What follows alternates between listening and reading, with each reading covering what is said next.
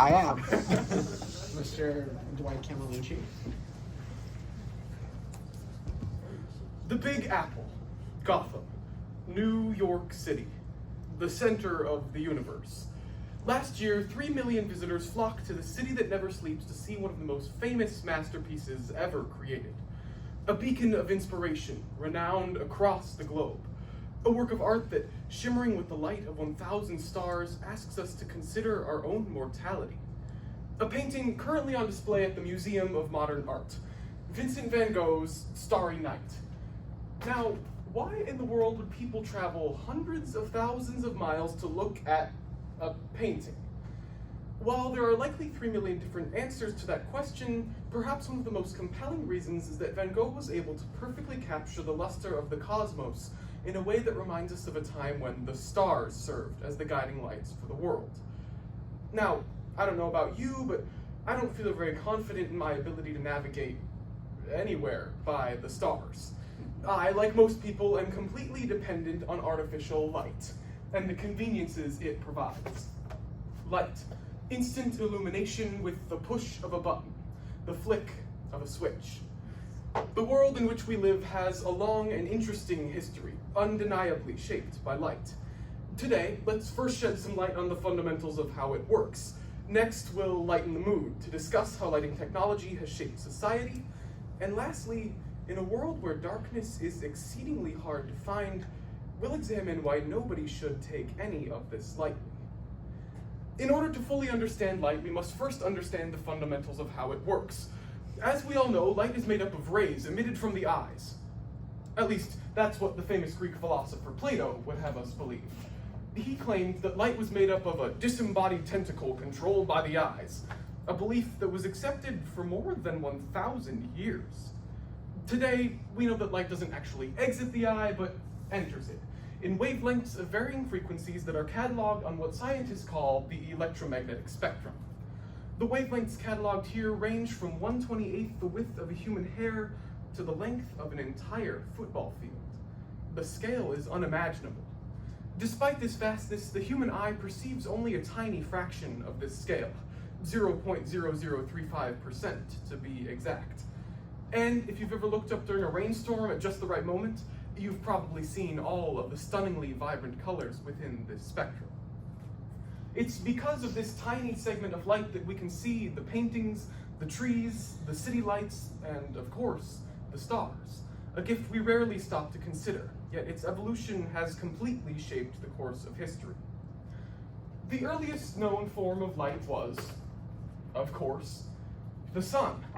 Around 1.4 million years ago, the earliest known humans lived with no real way to harness light, meaning that once the sun set, they were plunged into darkness with no means of escape. The advent of fire changed this.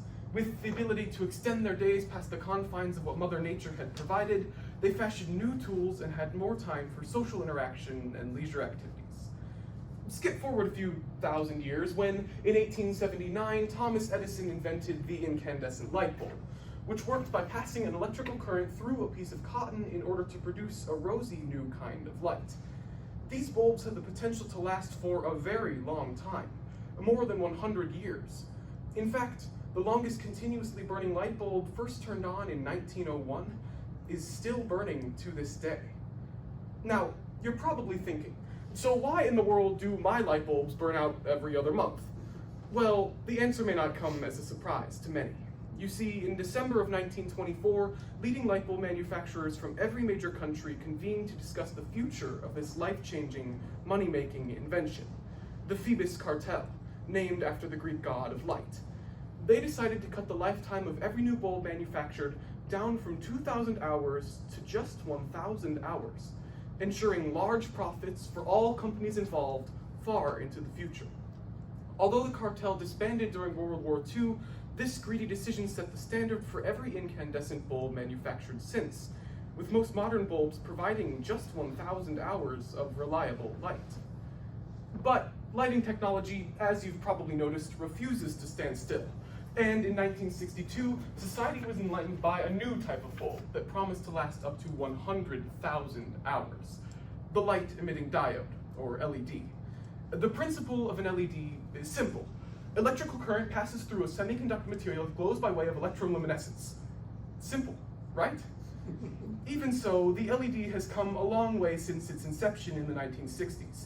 In fact, Las Vegas has just unveiled the Sphere, an ever-changing work of art presenting a slew of different images, day in and day out.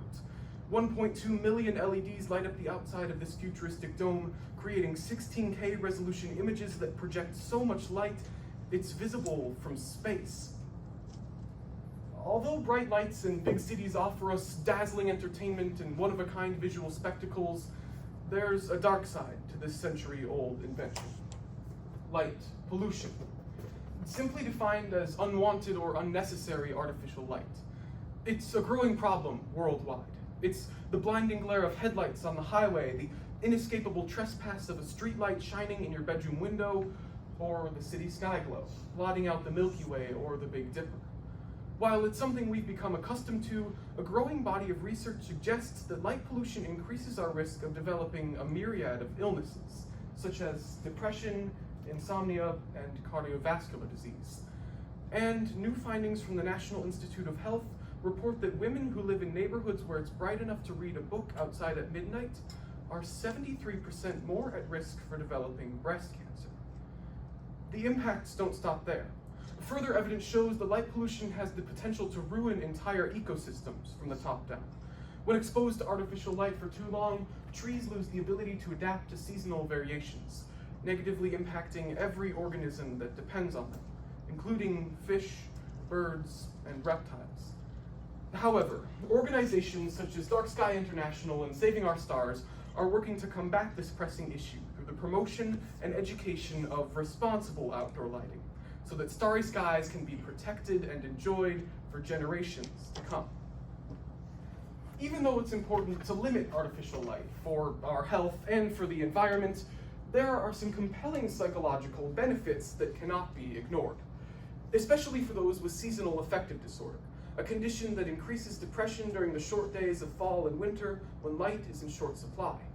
Many sufferers have found respite from their condition by sitting in the glow of a special light box that's 10,000 lux or brighter for 20 to 30 minutes every morning. This simple light therapy boosts serotonin production, which in turn increases feelings of happiness. In theater and film, light plays an immense role in communicating the emotion of a scene. Take, for example, the movie La La Land. Perhaps one of the most famous films when it comes to lighting design, this movie includes a fantastically large color palette. Every character, as well as every emotion within the film, gets its own color of light. Blue symbolizes success, and yellow symbolizes conflict. Even something as simple as decorating with string lights has been proven to boost mood, make us feel more connected, and even more hopeful. And there's a reason that we decorate with light for the holidays, whether it be a Christmas tree, menorah, or something resembling Clark Griswold's Christmas Vacation. They bring a feeling of comfort and nostalgia for holidays past. As you go through the rest of your day, pay attention to the significance light plays in your day-to-day life. But don't forget, there's both a bright and a dark side to Thomas Edison's illuminating, life-altering invention. For those of us lucky enough to be able to see the light that nature provides, knowing when or when not to flick the switch will make all the difference. One night, as Vincent van Gogh walked along a French beach, he wrote in his journal, "In the blue depth the stars were sparkling, greenish, yellow, white, pink. Unencumbered by competing light, they lit up the night sky, creating a real-life masterpiece, a starry night, for all to see." However, the 3 million visitors who pass by Van Gogh's famous painting every year in New York City are completely unaware that around the corner, in a storage room locked away from public view, hides a very different painting. Giacomo Baglia's Streetlight, a work of art painted 22 years after Van Gogh's time with the motto, "Let's kill the moonlight." Meanwhile, outside the museum, hidden from plain view by the glow of thousands of stunning artificial lights, is the real night sky, full of stars just waiting to be seen. But only if we turn off our lights. So let's go dark. Thank you.